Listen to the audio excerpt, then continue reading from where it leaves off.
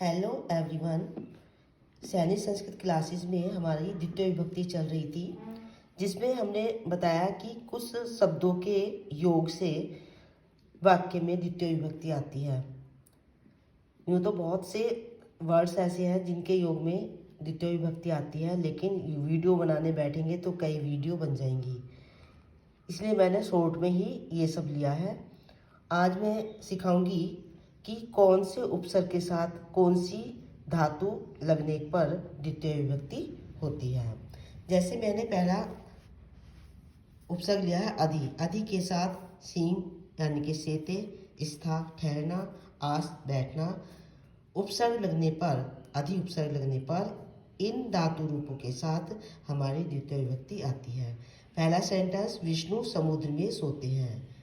कहाँ पर सोते हैं? समुद्र में। तो समुद्र में सप्तमी विभक्ति आनी चाहिए। में के कारक चिन्ह है में, लेकिन अधिशेते, अधि उपसर्ग, सोने वाली क्रिया में अधि उपसर्ग लगने के कारण समुद्र में द्वितीय विभक्ति लगेगी।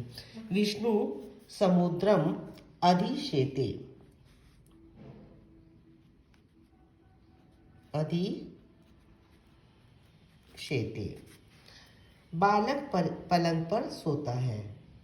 पलंग पर सप्तमी विभक्ति हो गई, लेकिन अधिशेते, अधि उपसर्ग के कारण पलंग में भी हमारी द्वितीय विभक्ति लगेगी। बालक है पर्यंकम, पर्यंकम अधिशेते, अधिशेते।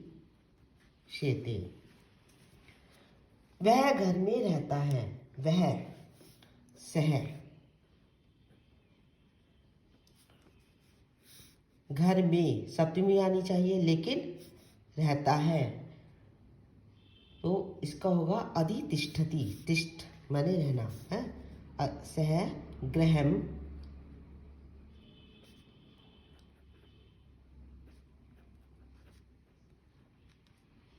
तिष्ठति। कुछ उपसर्ग हैं उप, अनु, वस।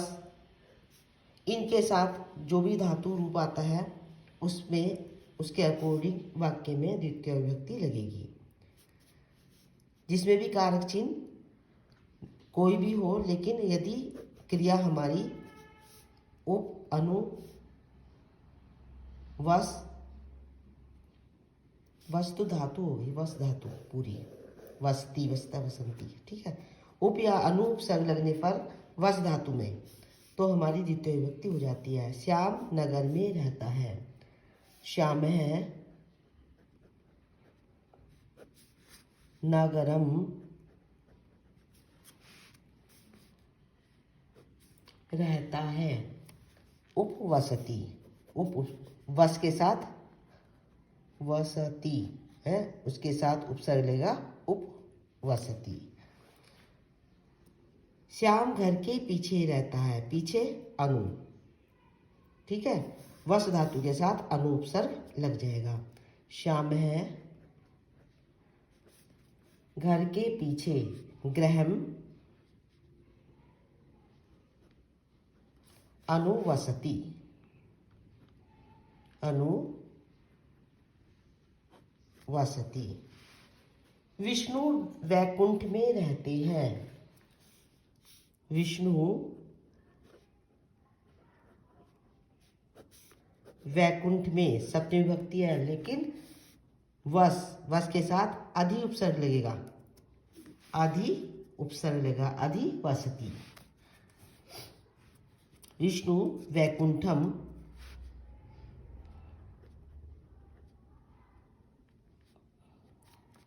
अधिवसति।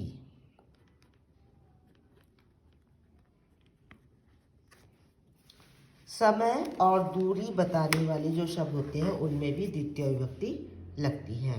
समय व दूरी बताने वाले शब्दों में भी द्वितीय विभक्ति लगती है। पूरे कोस तक नदी टेढ़ी है। कैसी है नदी? टेढ़ी।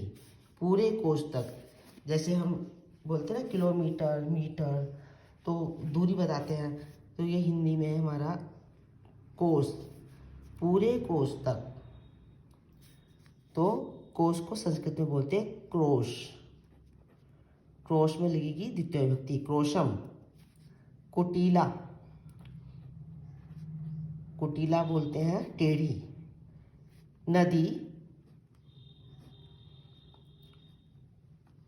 अस्ति। क्रोशम, कुटीला, नदी, अस्ति। हम इसको ऐसे भी लिख सकते हैं, नदी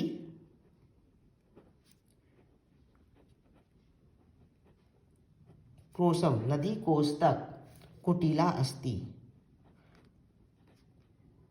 कुटीला अस्ति। वह महीने भर पढ़ती है, महीने भर पूरा महीना पढ़ती है। तो ये हमें समय बता रहा है, पढ़ने के पढ़ती है, तो इसके योग में, समय बताने के योग में हमारी द्वितीय विभक्ति आएगी। किसमें? महीने में। महीने को बोलते हैं संस्कृत में मास। तो सा पढ़ती है ना, स्त्रीलिंग है, सा महीने भर मासम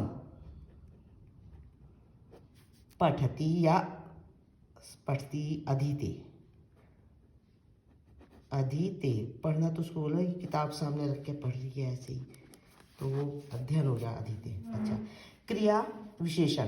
क्रिया विशेषणों में भी हमारी द्वितीय विभक्ति आती है। जैसे कोयल मीठा गाती है। कैसा गाती है? मीठा। इसकी विशेषता, गाने की विशेषता क्या है? मीठा। तो पीक है, कोयल को बोलते हैं पीक। पीक है मधुरम गायती, गाती है। फिर है वायु धीरे धीरे बहती है। वायु कैसी बहती है? धीरे धीरे। तो वायु, इसको हम पवन भी बोल सकते हैं, पवन है? वायु धीरे धीरे मंदम मंदम, मंदम मंदम वहती। वायु धीरे धीरे बहती है, वायु मंदम मंदम वहती। तो ये हमारा चैप्टर कंप्लीट हो गया, द्वितीय विभक्ति। आई होप आप लोगों को समझ में आया होगा। यदि नहीं समझ में आया, कोई भी प्रॉब्लम है, कुछ आपको समझना है, तो कमेंट बॉक्स में अपना कमेंट डालिए, जिससे कि मुझे पता चल जाए कि कितना या कैसा मैं पढ़ा रही हूँ। तो मेरा आप लोगों से यही जो है प्रार्थना है कि आप मेरे चैनल को सब्सक्राइब कीजिए, लाइक कीजिए, शेयर कीजिए। Thank you.